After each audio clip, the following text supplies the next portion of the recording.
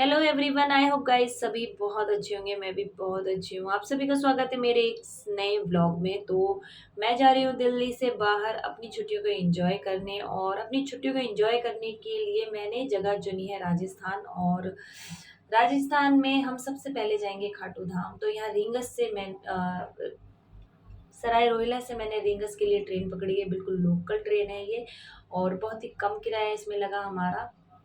तो यहाँ सीट की मारामारी चल रही है, यानी कि बच्चे बोल रहे हैं सीट आगे मैं बैठूंगा खिड़की पर।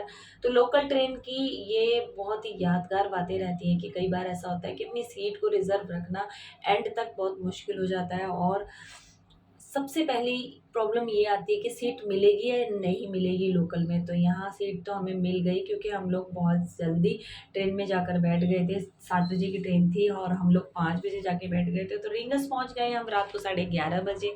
यहाँ हमने सबसे पहले ली रिफ्रेशमेंट, चाय बिस्किट, बच्चों ने भी हमने भी। तो उसके बाद हम पहुँच गए। वहाँ से हमने 50-50 रुपये सवारी से गाड़ी की, यानी कि महिंद्रा चलती है वहाँ से। तो यहाँ हम पहुँच गए खाटू धाम। तो खाटू धाम में सबसे पहले हमने तोरण द्वार पर पहुँचे। तोरण द्वार में काफ़ी भीड़ होती है, काफ़ी रौनक होती है, बहुत अच्छा लगता है, लोगों का तांता लगा रहता है वहाँ पर।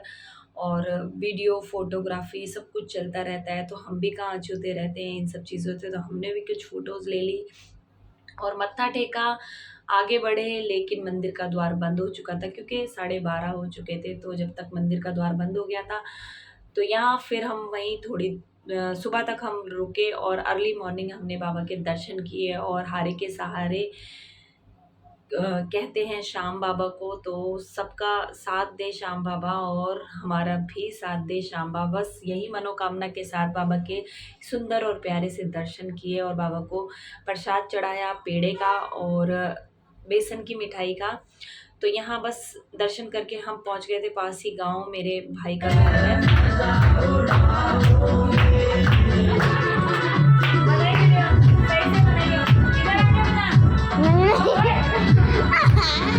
अब जब मैं राजस्थान से हूँ तो राजस्थानी गाने पर डांस तो बनता ही है। तो भाई और भाभी और मैं डांस करके बस थक गए थे। तो बस उसके बाद हमने लंच बना लिया, क्योंकि आज हमें फिर से घूमने निकलना है। तो यहाँ जल्दी जल्दी भाभी ने रोटियां बना दी, मैंने बना दी थी भिंडी की सब्जी, साथ ही रात की रखी थी कढ़ी। और रात अक्सर जब भी रात को कढ़ी बनती है ना, तो उसमें इतना टेस्ट आता ही नहीं है, इतना स्वाद आता ही नहीं है जितना सुबह के वक़्त आता है। तो ये सुबह कढ़ी बहुत ही टेस्टी लगी, और दिन का लंच हमारा यही था, कढ़ी, साथ ही रोटियाँ और भिंडी की सब्ज़ी।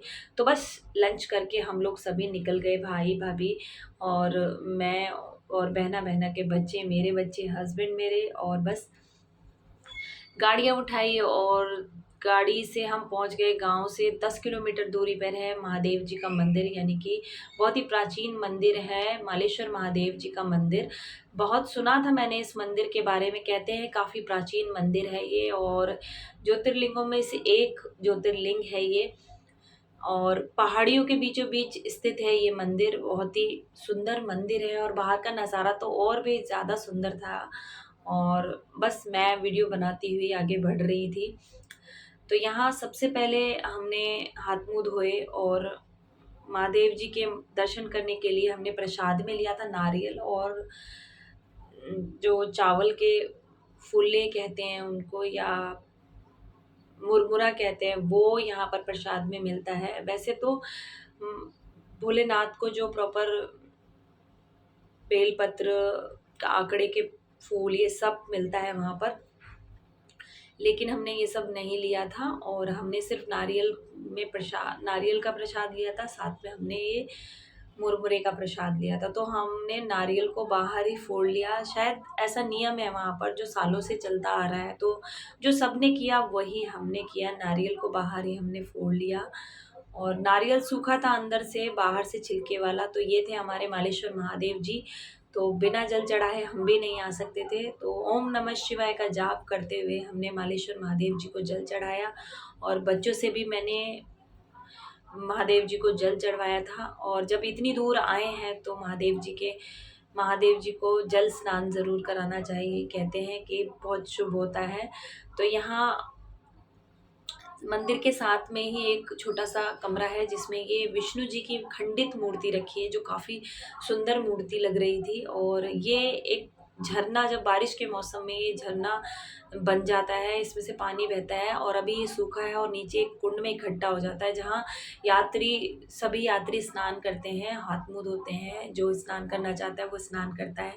यहाँ बंदरों को यात्रियों ने चने डाले थे जो बकरियां भी आकर खा रही थी, तो बकरियों के कान पकड़ पकड़ के खींच रहे थे बंदर, तो बस वही कैप्चर कर रही थी मैं। और बस दर्शन करके महादेव जी के हम घर आ गए। घर आते ही देखा तो बहुत सारे काले घनेरे बादल छाए हुए थे, लेकिन वर्षा कुछ भी नहीं था। शाम का वक्त था खाने का, तो भाई ने बना दी थी बढ़िया सी टेस्टी वाली चाउमीन जो सबके साथ हमने खाई। और बस उसके बाद खाना खाकर हम लोग सो गए थे। तो यहाँ बच्चे जो हैं मिट्टी में ही जाकर खेलते हैं, वहाँ पर जब भी जाते हैं तो ये लड्डू बनाते हैं इस मिट्टी के। तो आप जानते हैं राजस्थान में तो मिट्टी की कमी ही नहीं है।